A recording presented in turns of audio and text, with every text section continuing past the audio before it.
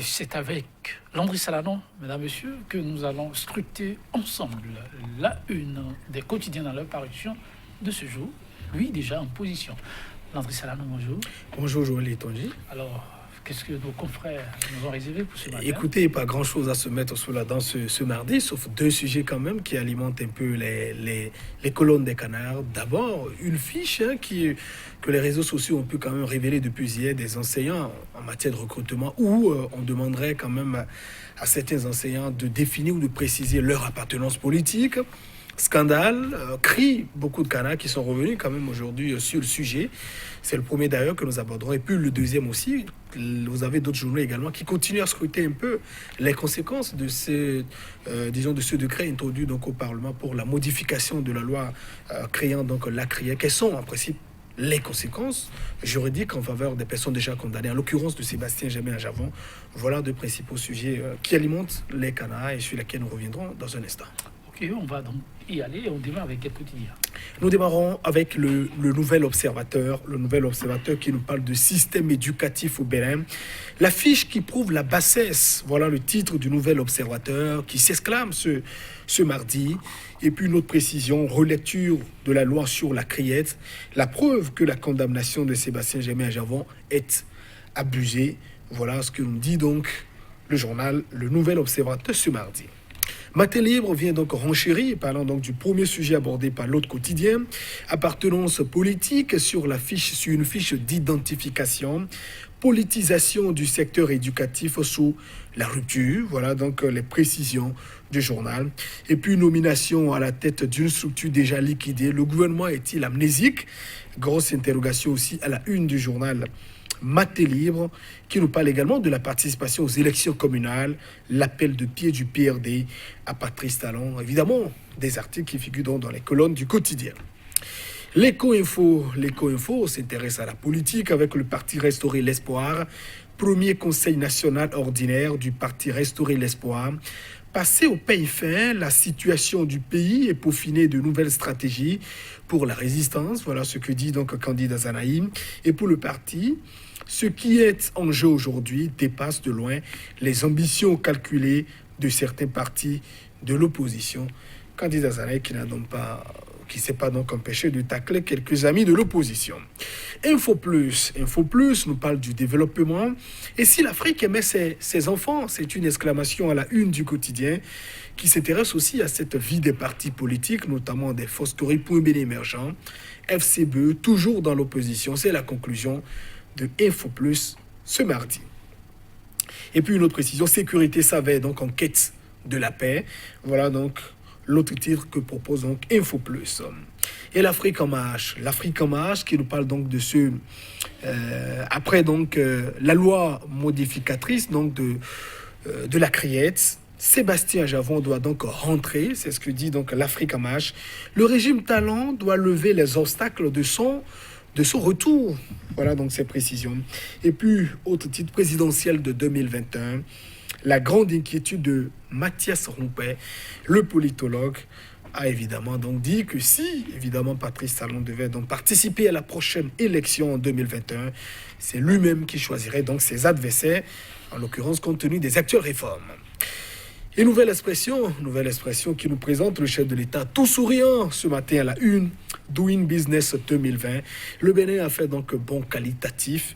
Et puis cette autre information, pas du tout gaie, carnet noir, Fernand Azokota, le confrère, le doyen, n'est plus, il est donc décédé il y a quelques jours. Et Dabarou s'intéresse au secteur du numérique. Première réunion du groupe de travail sur le numérique à Paris Aurélie. Adam Soulette, honoré par Louise Mouchikiwabo, qui est donc la directrice générale de la francophonie.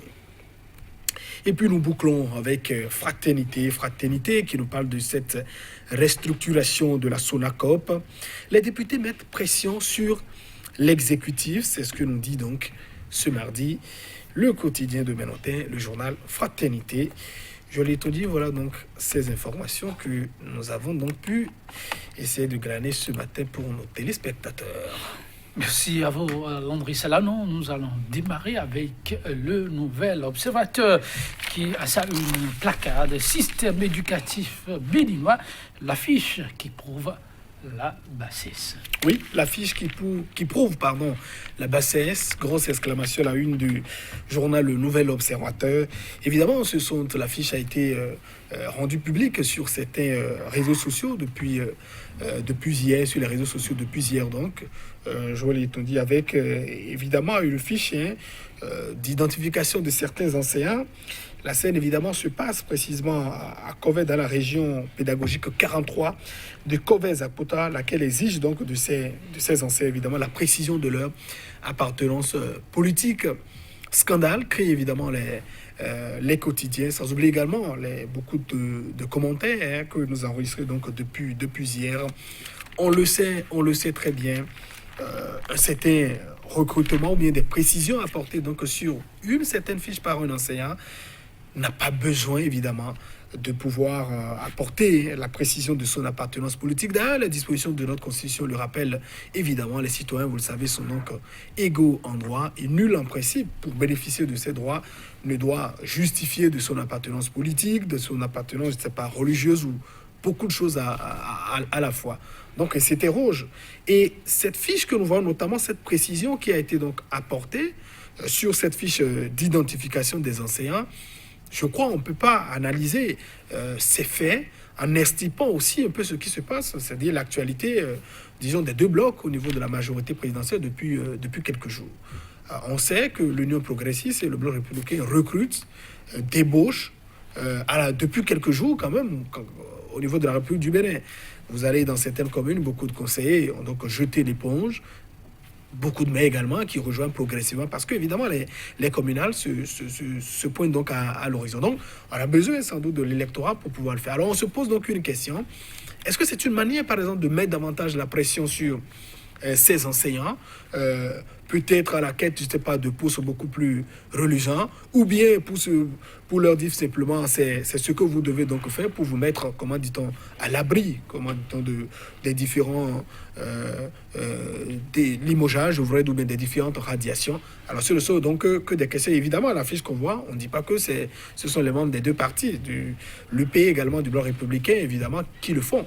Mais l'environnement dans lequel nous sommes, ce sont des interrogations que nous posons, des questions que nous élevons quand même pour dire pourquoi en est-on donc arrivé à là. Alors moi j'estime que le ministre d'abord de l'enseignement, les différents ministres qui sont donc conseillers, au-delà d'abord de pouvoir chercher à voir quand même les auteurs qui ont donc conçu cette fiche, il faut quand même qu'une certaine enquête soit donc ouverte et demander également au président de la République d'essayer quand même de voir dans cette situation l'élégance qui caractérise en tout cas ce régime, notamment Patrice Talon. On trouve quand même que c'est au-delà à la limite de cette bassesse qu'on observe sur une fiche d'identification d'un enseignant, obligé de pouvoir préciser son appartenance politique.